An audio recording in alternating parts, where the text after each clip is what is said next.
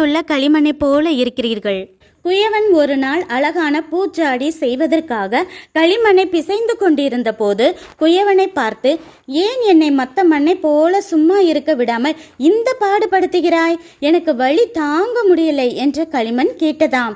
ஆமாம், சாதாரண மண்ணான உன்னை தண்ணி விட்டு பிசைந்து காலால் மிதித்து எனக்கு பிடித்த பாத்திரமாக வணைந்து உடைந்து விட்டால் வேறு பாத்திரமாக மாற்றி நெருப்பில் சுட்டு அழகாக வரைந்து என்னை இவ்வளவு பாடுகளை தாங்கினால் மட்டுமே அழகான பூஜாடி ஆவாய். வீட்டிலோ அரண்மனையிலோ ஏன் ஆலயத்தில் கூட பயன்படுவாய் என்று குயவன் சொன்ன பிறகே களிமண் மகிழ்ந்தது.